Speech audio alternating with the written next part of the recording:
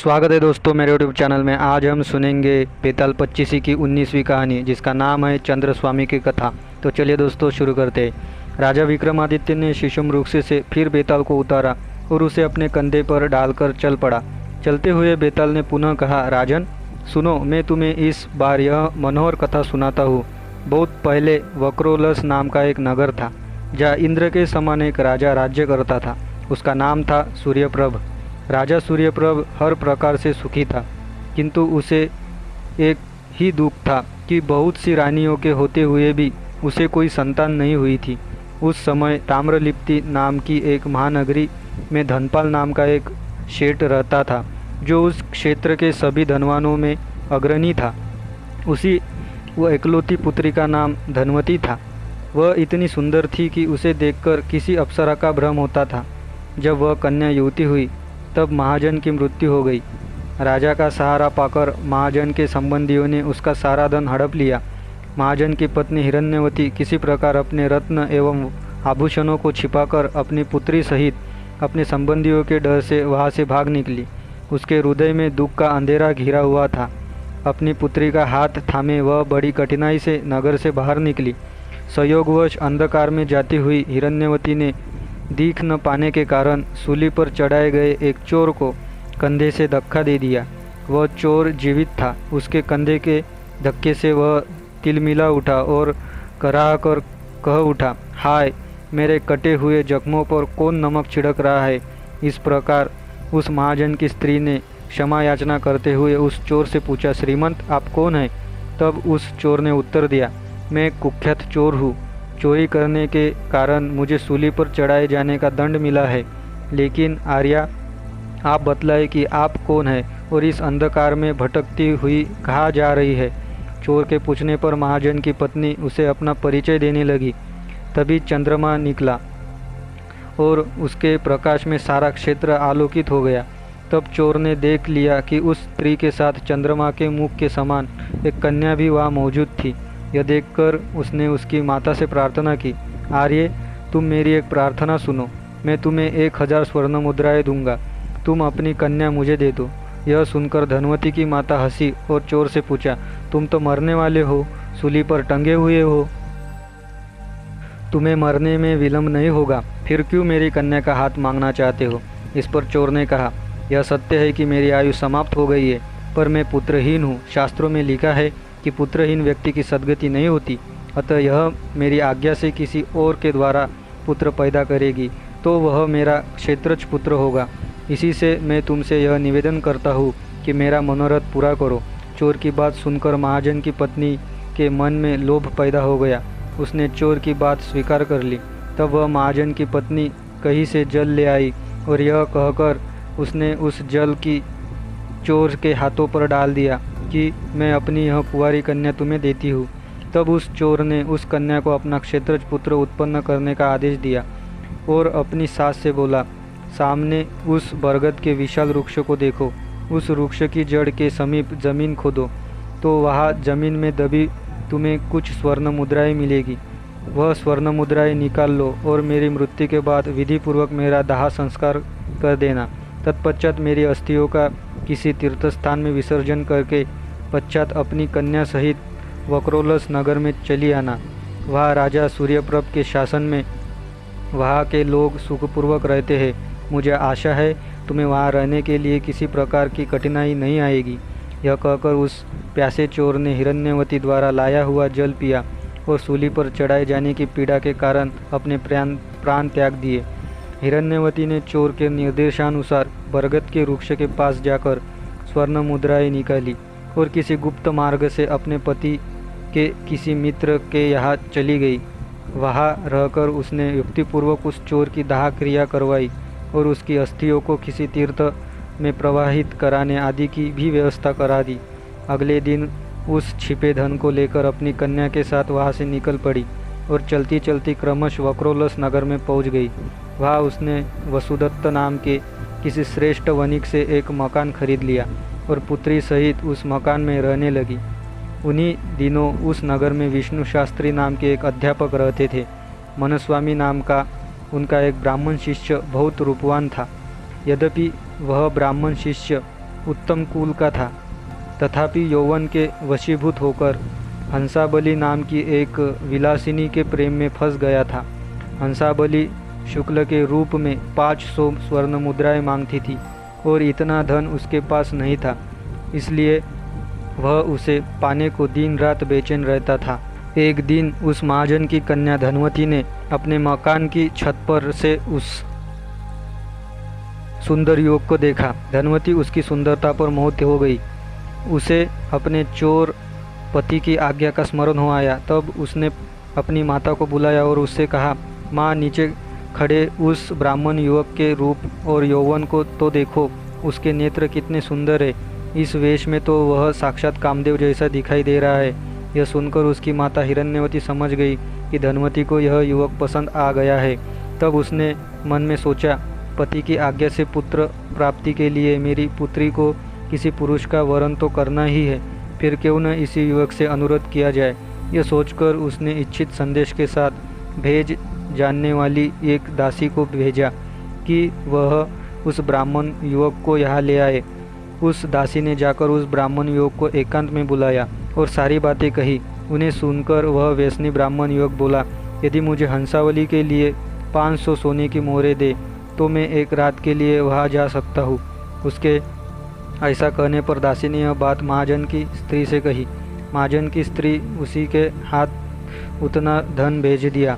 वह धन लेकर मनस्वामी उस दासी के साथ महाजन की कन्या उस धनवती के महल में गया, जो एक रात्रि के लिए उसे अर्पित कर दी गई थी। वहाँ मनस्वामी ने अत्यंत उत्कंठित उस कन्या को देखा, जिसने धरती को विभूषित कर रखा था। चकोर जिस प्रकार चांद को देखता है, वैसे ही वह धनवती को देखकर प्रसन्न हुआ। उसने धनवती के साथ समागम करते हुए वह रात बिताई। सवेरा होने पर जिस प्रकार से वह वहाँ आया था, उसी प्रकार वहाँ से निकलकर चला गया। समय पाकर धनवती गर्भवती हुई और उसने मनस्वामी के अंशरूप एक सुंदर बालक को जन्म दिया। बालक के लक्षण उसके उज्जवल भविष्य की सूचना दे रहे थे। पुत्र के रूप में उस बालक को पाकर धनवती बहुत संतुष्ट हुई। रात में भगवान शिव ने स्वप्न में उन्हें दर्शन देकर आदेश दिया कि सहस्त्र स्वर्ण मुद्राओं के साथ पालने में लेटे हुए इस बालक को सवेरे राजा सूर्यप्रभ के दरवाजे पर छोड़ आओ। इससे इसका और तुम्हारा दोनों का कल्याण होगा। शिवनी ने ऐसा कहने पर वानिक पुत्री और उसकी माता जागकर आपस में विचार विमर्श करने लगी और भगवान की बातें पर विश्वास पर वे राजा सूर्यप्रभ के सिंहद्वार पर उस बालक को स्वर्ण मुद्राओं सहित छोड़ाई। उधर भगवान शिव ने पुत्र की चिंता में सदा सुखी रहने वाले राजा सूर्यप्रभ को भी स्वप्न में आदेश दिया, राजन उठो, तुम्हारे सिंहद्वार पर किसी ने पालने में लेटे हुए एक सुंदर बालक को रख दिया है।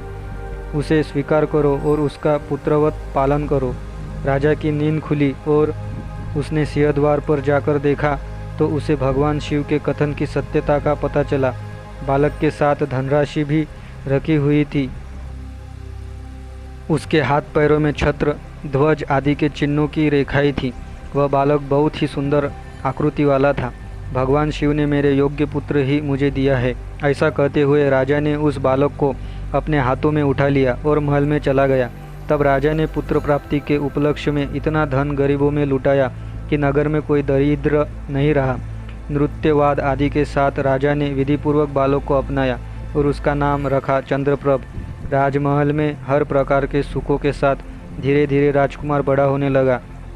तब वह युवक हुआ तो राजा ने उसे राज्यभार सौंप दिया और वह तीर्थाटन के लिए वाराणसी चला गया। नीति जानने वाला उसका पुत्र जब अपनी प्रजा पर धर्मपूर्वक शासन करने योग्य हुआ, तभी सूचना मिली कि वाराणसी में उसके पिता का देहांत हो गया है। पिता की मृत्यु का संवाद पाकर राजा चंद्रप्रभ ने उसके लिए शोक किया तथा उसके लिए श्राद्ध आदि किए। फिर वह धर्मात्मा अपने मंत्रियों से बोला, पिताजी से भला मैं किस प्रकार ऋण हो सकता हूँ, फिर भी मैं अपने हाथों उनका एक ऋण चुकाऊंगा। मैं उनकी अस्थियाँ ले जाकर विधिपूर्वक गंगा में प्रवाहित करूंगा तथा गया जाकर तभी सभी पितरों को पिंडदान दूंगा। मैं इसी प्रसंग में पूर्व समुद्र तट की तीर्थयात्रा भी करूंगा। राजा के ऐसा कहने पर उसके मंत्री उससे बोले, देव, आपको किसी प्रकार ऐसा नहीं करना चाहिए। आप यदि राज्य को इस प्रकार आरक्षित छोड़कर चले गए तो पीछे से शत्रुओं को राज्य पर आक्रमण करते देर न लगेगी। अतः आप पिता के संबंध में यह कार्य किसी और के हाथों करवा ले। एक राज्य के लिए प्रजा पालन के अतिरिक्त और कोई बड़ा धर्म नहीं है। अपने मंत्रियों की बात सुनकर राजा चंद्रप्रभ ने कहा, हम जो कुछ निश्चय कर चुके हैं वह अटल है।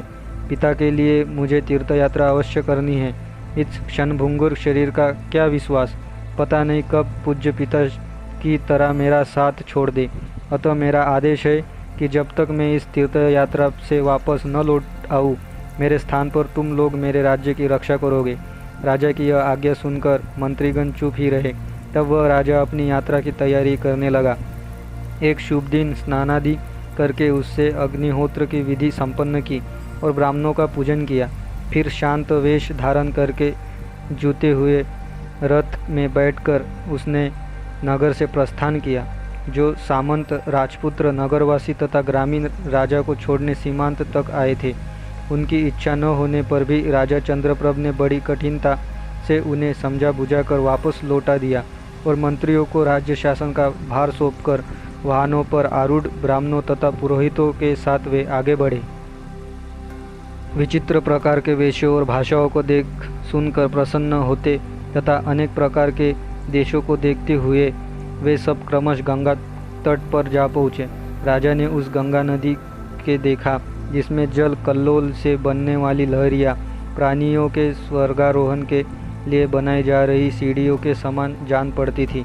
राजा ने रथ से उतरकर विधिपूर्वक पतित पावनी गंगा में स्नान किया और राजा सूर्यप्रभ की अस्थियाँ उसमें प्रवाहित की। दान देकर और श्राद्धादि संपन्न करके वह फिर रथ पर सवार होकर चल पड़ा और क्रमश ऋषियों से वंदित प्रयाग में जा पहुंचा।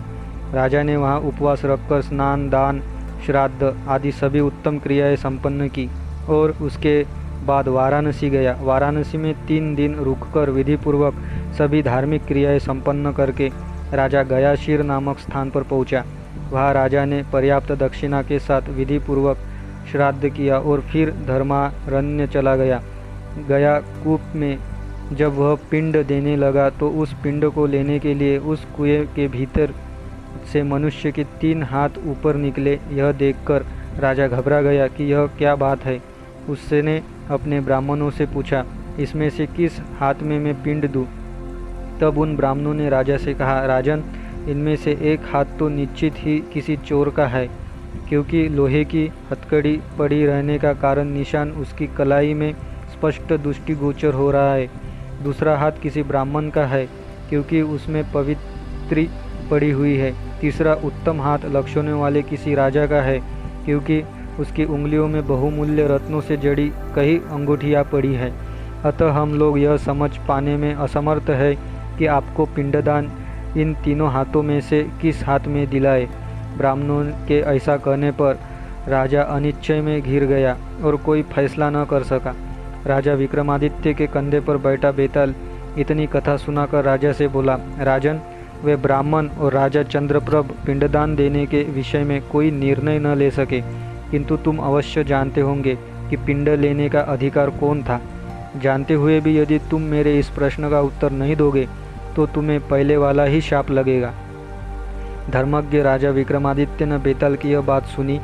तब उसने मौन त्याग कर बेताल को यह उत्तर दिया, हे योगेश्वर, राजा चंद्रप्रभ को उस चोर के हाथ में ही पिंड देना चाहिए, क्योंकि वह उसी का क्षेत्रज पुत्र था, शेष दोनों का नहीं। उसे जन्म देने वाले ब्राह्मण को उसका पिता नहीं माना जा सकता, क्योंकि उसने तो धन लेकर एक रात के लिए स्वयं को बेच दिया था। राजा सूर्यप्रभ ने यद्यपि उसके जात कर्म संस्कार आदि कराए थे और उसका पालन पोषण भी किया था, फिर भी वह उसका पुत्र नहीं माना जा सकता। कारण जब राजा ने उस बालक को पाया था तब बच्चे के सिर के पास पालने में जो स्वर्ण मुद्राएं रखी हुई उसे मिली थी, वह उस बालक का अपना ही धन था जो उसके पालन पोषण का मूल्य था। अतः उसकी माता जल से संकल्प करके जिसको दी गई थी और जिसने उसे पुत्र उत्पन्न करने की आज्ञा दी थी तथा अपना सारा धन उसी पे सौंप दिया था। राजा चंद्रप्रभ उस चोर का ही क्षेत्रज पुत्र था। मेरे विचार से चंद्रप्रभ का उसी के हाथ में पिंड देना उचित था। राजा के इस सटीक उत्तर से बेताल संतुष्ट हो गया और पहले की भांति उसके कंधे से उतरकर पुनः उसी शीशम वृक्ष की ओर चल गया जहाँ से राजा विक्रम उसे लाया था। राजा विक्रमादित्य भी पहले की भांति उसे वापस लाने के लिए उसी स्थान की ओर चल पड़ा। दोस्तों, आप सुन रहे बेताल पच्चीसी की कहानियाँ। इसी तरह की कहानियाँ सुनने के लिए मेरे चैनल को सब्सक्राइब कीजिए। थैंक यू दोस्तों।